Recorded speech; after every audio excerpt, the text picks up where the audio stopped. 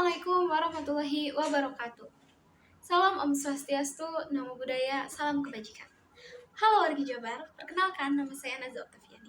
Saya sekarang sedang duduk di bangku kelas 11 di SMA Negeri 4 Cimahi. Dan saya berasal dari kota Cimahi. Di sini saya akan menjelaskan sedikit tentang hukum dan HAM. Apa sih hukum dan HAM?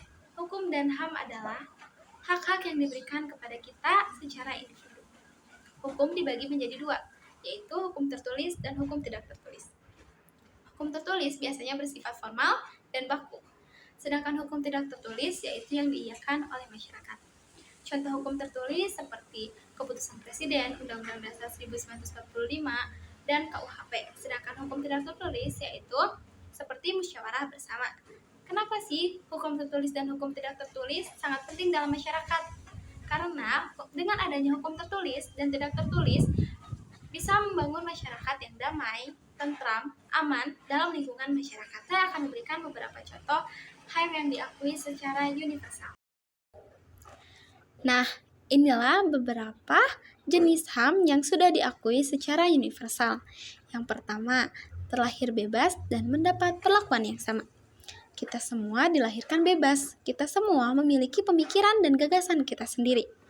Yang kedua, hak tanpa ada diskriminasi. Setiap orang berhak atas semua hak dan kebebasan tanpa perbedaan apapun, seperti ras, warna kulit, jenis kelamin, bahasa, agama, opini politik, atau lainnya, asal kebangsaan atau sosial, properti, kelahiran, atau status lainnya. Yang ketiga, ada hak untuk hidup. Kita semua memiliki hak untuk hidup dan hidup dalam kebebasan dan keamanan. Yang keempat, ada hak tanpa perbudakan. Tidak ada yang akan ditahan dalam perbudakan atau praktik perbudakan. Dan yang terakhir, yaitu kelima, bebas dari penyiksaan dan perilaku yang merendahkan. Tidak seorang pun akan mengalami penyiksaan atau perlakuan atau hukum yang kejam. Nah, itulah beberapa contoh kasus HAM yang sudah diakui secara universal.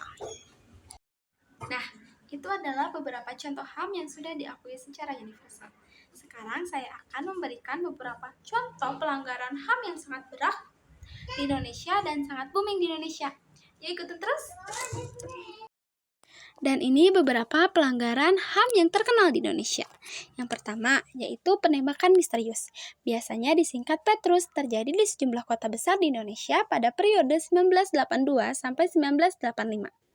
Rangkaian peristiwa ini telah diakui negara sebagai pelanggaran HAM berat karena lebih dari 1.000 orang yang dicap sebagai preman dibunuh tanpa diadili terlebih dahulu.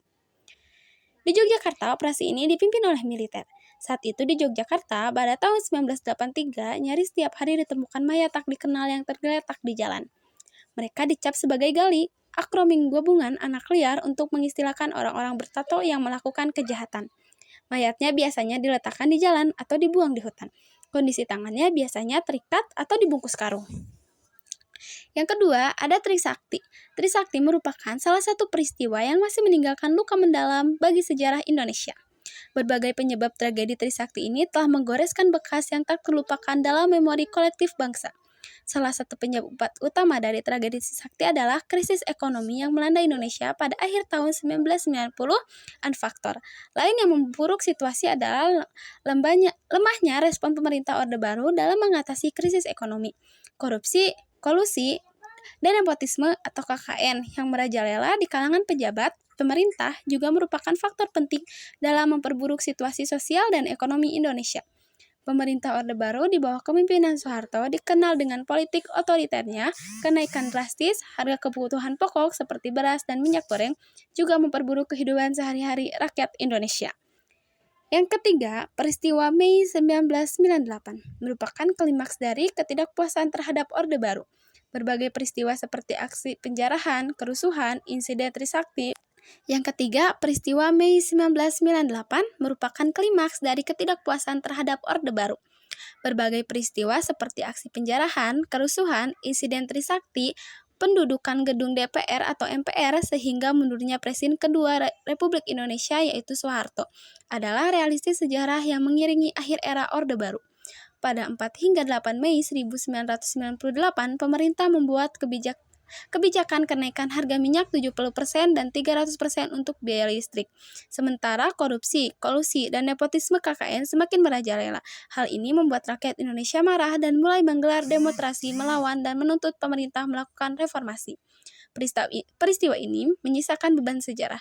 Meski sudah lewat 2 dekade, kasus pelanggaran hak asasi manusia atau HAM termasuk orang hilang, perampokan, penjarahan, pemerkosaan, dan pembunuhan masih belum menemukan titik terang.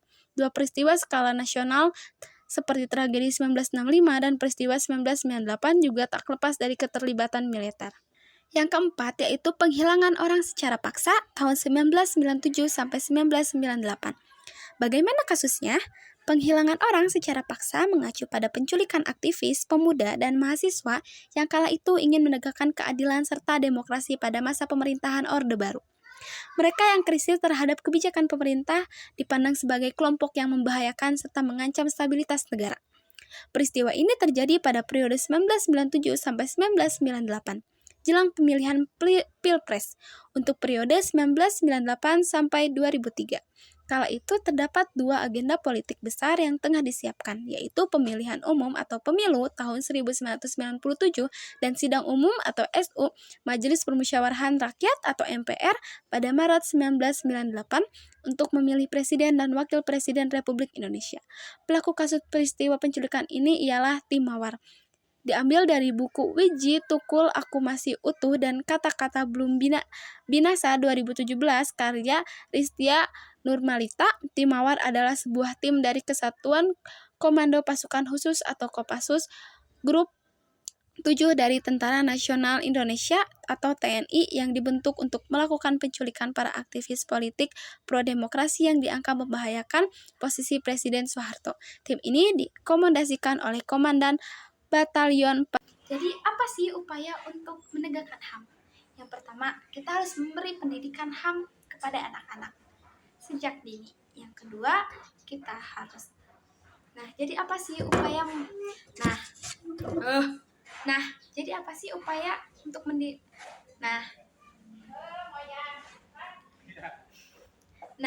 jadi apa sih upaya untuk menegakkan HAM? Yang pertama, kita harus memberi pendidikan kepada anak-anak tentang HAM. Yang kedua, kita harus bekerja sama dengan pihak yang berhubungan dengan HAM. Dan yang ketiga, kita harus mengawasi masyarakat tentang HAM. Cukup sekian dari saya. Assalamualaikum warahmatullahi wabarakatuh.